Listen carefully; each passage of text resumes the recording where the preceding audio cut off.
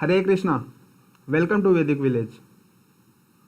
So, yesterday we discussed about the true identity, our relation, our identification with the Supreme Personality of Godhead, who is reservoir of everything and he is controller and originator of each and everything, Lord Shri Krishna, which is known by different names by different people like God, like Allah, and so on.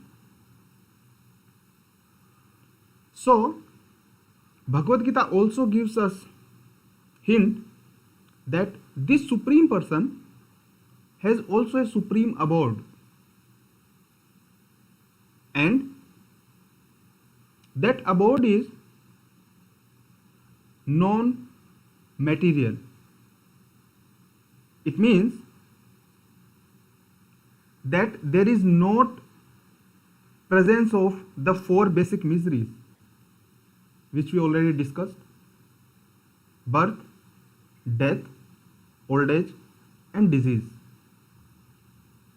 And moreover, that permanent abode of the Lord, it is eternally existing. That means that like this world, as we discussed, that our body is temporary, everything we get, it starts at a particular time and it ends at a particular time. And that is the main reason for our misery, because we want to be Sat, Chit and Anand.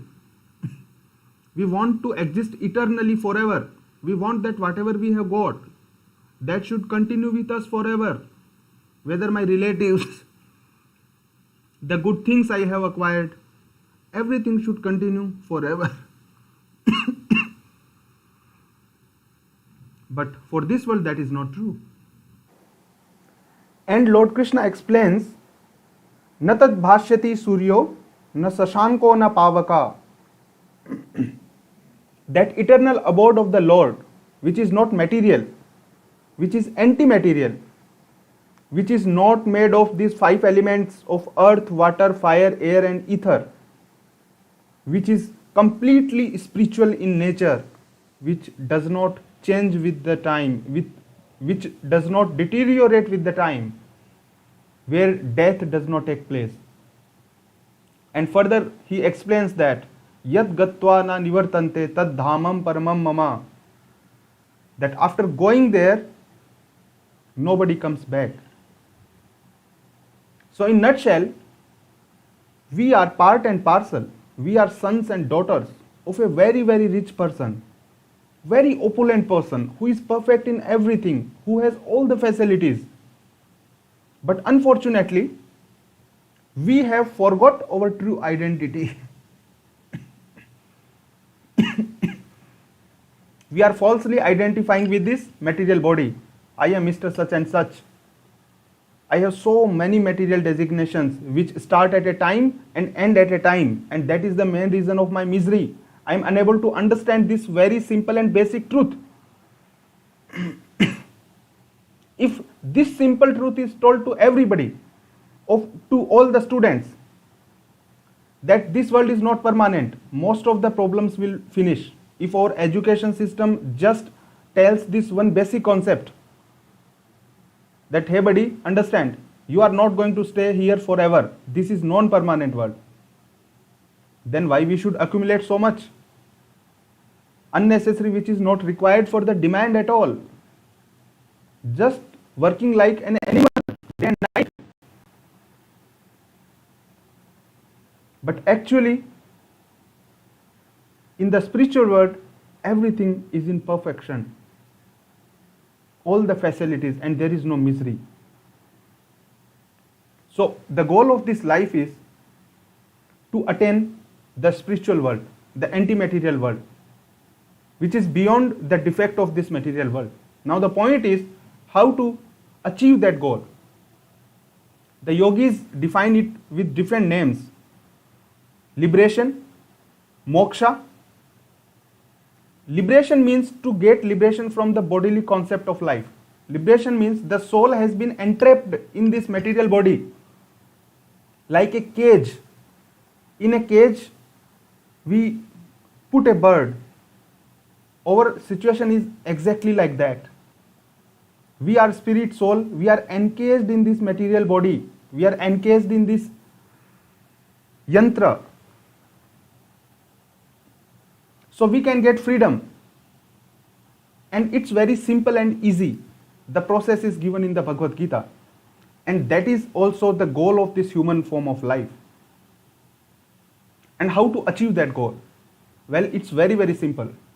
For example, in this world, whatever we want to become, for example, a person wants to become a doctor. A person has goal of becoming an engineer. A person wants to reach to IIT. Well, for that, what he or she has to do? He or she has to cultivate that consciousness. Everybody has a level of consciousness. And with that particular consciousness, we can reach that place. And for that consciousness, we have to cultivate that consciousness through the hard work and hard labor. People spend lakhs of rupees just to reach a good institution like IIT or AIMS or whatever, medical, lawyer, just to cultivate that consciousness. And this process is exactly the same. We have to cultivate that consciousness, and whatever consciousness we will have at the time of death, we will be given by the nature exactly that body. For example, at the time of death, if our consciousness is of that an animal, we will be provided an animal body. It's a science. Whatever we desire, whatever we work, we get the body according to that. We can see even within this life. I was a child. I was having certain type of body. And then whatever consciousness I developed, my body was changing. And as per my karma, as per I worked, I reached those places. If I work hard, I reach to IIT. If I do not work hard, I reach to some other place. So as I work, I am getting the destination. So within this life, we can also see, and the same happens after that also. Because soul does not die.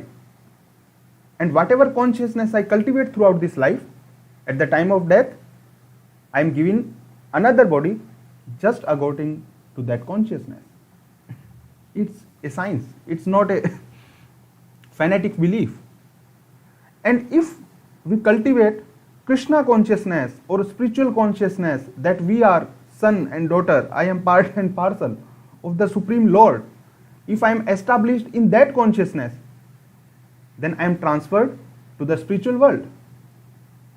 If I have material consciousness that I want to enjoy this world, I have so many plans, I have so many dreams to fulfill, I want to become this, that, the ambitions and desire which I could not fulfill.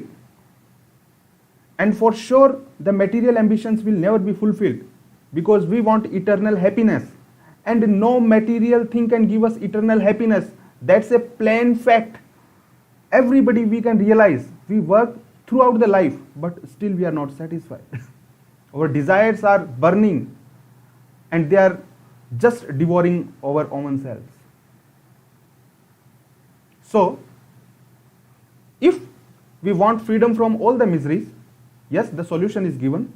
We should cultivate the consciousness which can transfer us from material world to the anti-material world.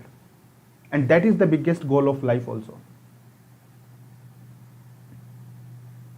And mind you, that for cultivating this consciousness, you need not to leave your family. For cultivating this consciousness, you either need not to leave your job. For cultivating this consciousness, you need not to leave your studies. You can be wherever you are. You may do whatever you are doing. And this is very much clear by the example of Arjuna himself. Lord Krishna did not tell him that you leave the battlefield. In fact, opposite to that, Lord says that fighting is your duty and you have to fight. Lord Krishna does not prescribe which is impractical, because he knows that the person, the people, general mass of populace have to follow it. Arjuna was made just a medium of telling Bhagavad Gita. Actually, it was for all of us.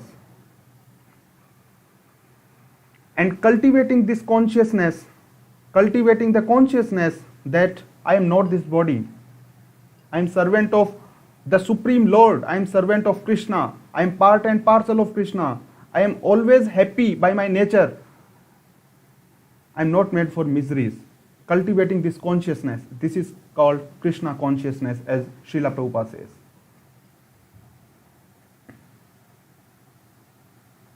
So, we have to absorb our mind and intelligence just to cultivate this consciousness. This is the essence of the teachings of complete Bhagavad Gita. To absorb the mind and intelligence, to absorb the mind and intelligence in the thought of Krishna, in the instructions of Krishna, in remembering the forms, pastimes, name of Krishna, because Krishna is absolute. Krishna is not like us, a person bound by the laws of material nature, by the difficult boundary conditions. No, he is not a person like that. He is beyond all the three gunas. He is beyond any limitation. And as such, he gives the perfect solution that how to achieve that stage. That is Bhagavad Gita. And by following the instruction of Krishna, we can very easily cultivate that consciousness. It is said in Bhagavad Gita, Neha bhikrama nasho asti pratyavayo na vidyate swalpasya api dharmasya trayato mahato bhayat. We can be freed from the greatest fear even if we accept little of advice of Krishna and walk in that path, as Krishna says in Bhagavad Gita. So that was the brief summary, and we discussed the introduction of Bhagavad Gita. There are different questions, and the answer of these questions were briefly discussed in that summary. In later of videos, we will try to explain this concept in little detail, and we will discuss many other things. The humanity is going through a very tough time. Every day we are praying for auspiciousness and for the people who are in utter pain and despair. Let us pray today also that may the auspiciousness prevail throughout the world. Hare Krishna, Krishna Krishna, Hare Hare, Hare Ram, Ram Ram, Hare Hare. Hare Krishna, Krishna Krishna, Hare Hare, Hare Ram, Ram Ram, Hare Hare. Hare Krishna, Krishna Krishna, Hare Hare, Hare Ram, Ram Ram, Hare Hare. If you get benefited by these videos, please spread the word. We thank you very much for connecting with us. We hope that these videos will have definitely a positive impact on your life. Hare Krishna.